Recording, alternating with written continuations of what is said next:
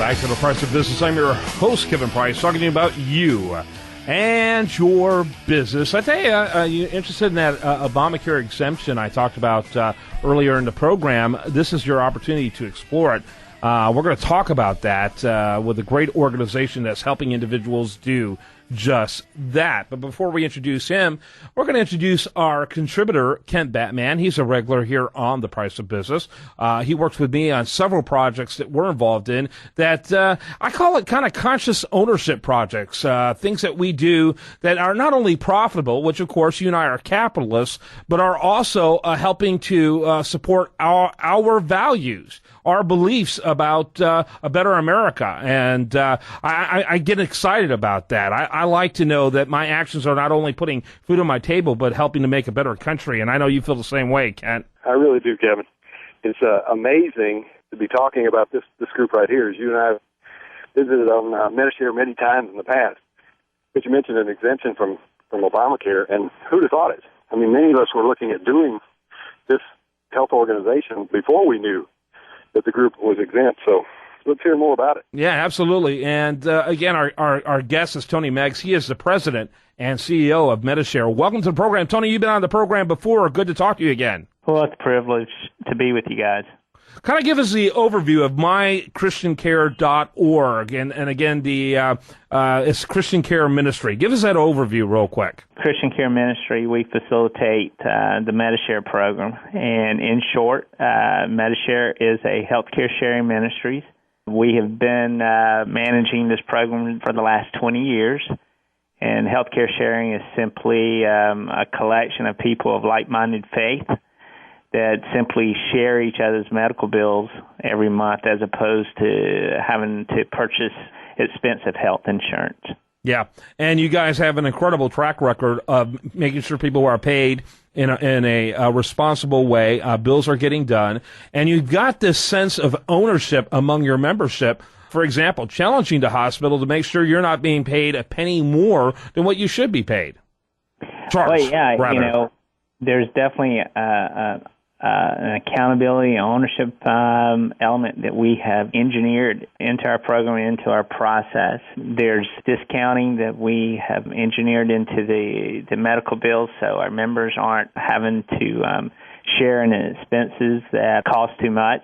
And then also our members themselves take accountability into the program by how they live their lives. You know, if you come into our program, if you're 4 foot tall and you're 700 pounds, then you've got to make some changes to your diet and to your lifestyle in order to stay a part of our membership. We want to share in medical expenses, but we don't think anyone should be a burden or an undue burden to the rest of the membership, simply based on the lifestyle choices they're making. So we have built accountability into this, and the program works well. We've been doing this for 20 years now, and over that period, 100% of the medical bills that have been published to the members for sharing have been shared. Kent, go ahead. Go ahead and ask a couple questions, in fact. Yeah, well, we've been involved in healthcare for quite a while, and one of the biggest attributes of keeping costs down is having a healthy group. So you mentioned, weight is one of the factors, but you also ask a question on tobacco and alcohol and drug abuse. You want to elaborate some on that? Well, yeah, there's a lifestyle agreement or code of conduct that we asked our members to sign to be a part of the membership. And you have to remember we are a faith-based program. There's biblical principles they have to agree with. There's a statement of faith that they have to agree with. But also there's a code of conduct. You can't abuse alcohol. You can't abuse prescription drugs. You can't take illegal drugs, and you can't participate in sexual relationships outside of biblical marriage. And those things actually produce an economic windfall, if you would, for our membership, because those things are typically associated with higher medical costs, and they're a higher risk lifestyle. Yep. And our members choose not to participate in those things. Yeah, I saw a great cartoon about 30 years ago. I don't think I'll ever forget it. And it had a young person talking to his grandfather and said, "Grandpa, what did you wear to avoid pregnancy and unwanted sexual transmitted disease?" And he said, "A wedding ring." And boy, is that profound. Go ahead, Kent. Next question. Well, it's very important that you have the list that you have, and then you added weight. I mean, I've looked at several denominations that have a healthcare program for their denomination, and because they don't emphasize weight, a lot of their pools are much less healthy than the average public. I appreciate you offering that 20% discount for people with a body mass index in the acceptable range. That's to be admired. Yeah, it's well, what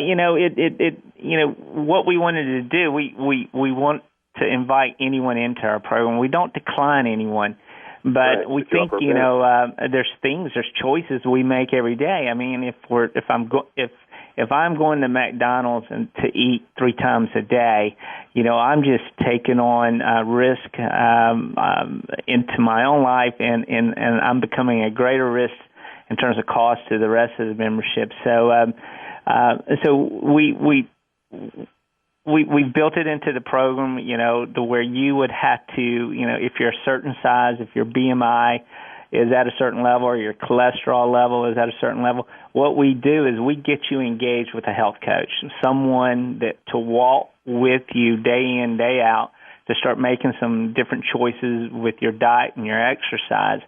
So it's not just that we just say, here's this requirement, but we actually get a coach, a coach who is well coach certified, to engage with you, to help you start making these changes, to coach you through that process and encourage you through that process of making advances against your goals to becoming a healthier person.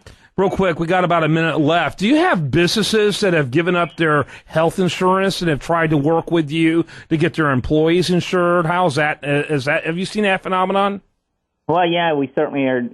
Since the rollout of the Affordable Care Act, our phones have just been going crazy. We have more churches, ministries who have staff, who have employees who are wanting to participate in this. We have people all across the country, small businesses, who are wanting to participate in this. It's not for everyone. Again, you have to agree to some of these, the statement of faith, and you have to agree to these lifestyle choices. But for those people who do have an affinity towards this faith-oriented element, it's a very good solution, and it really helps them save money. All right. Thanks to both of you gentlemen. By the way, there will be information about this over at usdailyreview.com tomorrow. Make sure you check out usdailyreview.com, plus some of the other work that Kent and I are involved in. But you can also go to mychristiancare.org. mychristiancare.org. We didn't go into detail, but everyone hears about these exemptions, and people who are going through this program and programs similar to this are getting an exemption from Obamacare, correct? Well, sure. This is a great way to be able to comply with the laws. This is an acceptable alternative to that requirement to purchase insurance, and those people who are part of healthcare sharing ministries are exempted from the individual mandate. That is written in the law. Thanks so much to both of you. Hey, thank you. All right, make sure you check it out over at usdailyreview.com and mychristiancare.org. More for you right after this on The Price of Business.